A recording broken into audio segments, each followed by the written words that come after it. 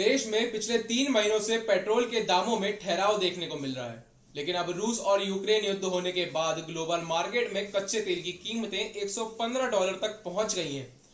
ऐसा ही रहा तो कुछ ही दिनों में भारत में पेट्रोल और डीजलों की कीमतें बढ़ना लगभग तय है, क्योंकि कच्चे तेल की कीमत करीब 70% तक बढ़ चुकी है और भारत कच्चे तेल के लिए दूसरे देशों पर ज्यादा थोड़ा निर्भर है।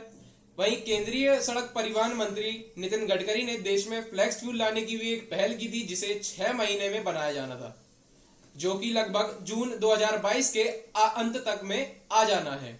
इसकी कीमत 60 से 70 रुपए लीटर होनी है। लेकिन जब तक जनता क्या करे, इतना तो जनता कोरोना काल में पैसों की किल्लतों से परेशान नहीं हुई है जितना आज बढ़ती महंगाई के कारण यहाँ कंगाली छा रही है।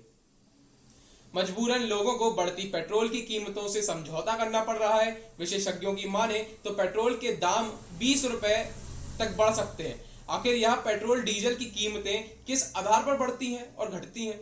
ये सब निर्भर करता है कि केंद्र सरकार और राज्य सरकार कितना टैक्स वसूलती है, देश में फ्लेक्स फ्यूल की कितनी खपत है, कच्चे तेल की कीमतें कितनी है और एक्साइज ड्यूटी कितनी लगाई जाती है। अब आप सोचते होंगे कि यह पेट्रोल के दाम सरकार क्यों बढ़ा रही है, लेकिन पेट्रोल और डीजल की कीमतों को ऑयल कंपनियां निर्धारित करती हैं। रिपोर्ट्स के मुताबिक सन 2010 तक पेट्रोल की कीमतों पर सरकार बढ़ोतरी करती थी, सरकार का नियंत्रण था।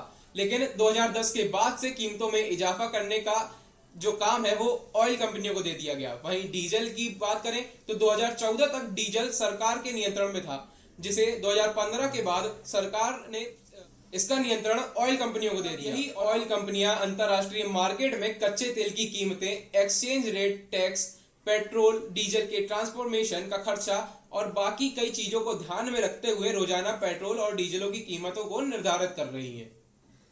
अब बात करें कच्चे तेल के दाम बढ़ने से सार्वजनिक क्षेत्र की तेल कंपनियां Indian oil corporation, Bharat petroleum और हिंदुस्तान पेट्रोलियम को पेट्रोल डीजल पर 5 से 6 रुपए लीटर का नुकसान भी हो रहा है।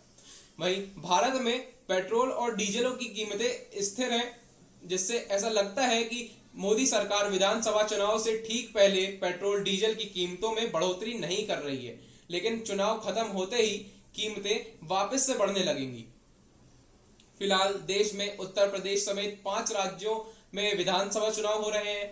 शायद इसी वजह से अगले सप्ताह से पेट्रोल की कीमतें बढ़े, अभी ना बढ़ाई जा रही हूं।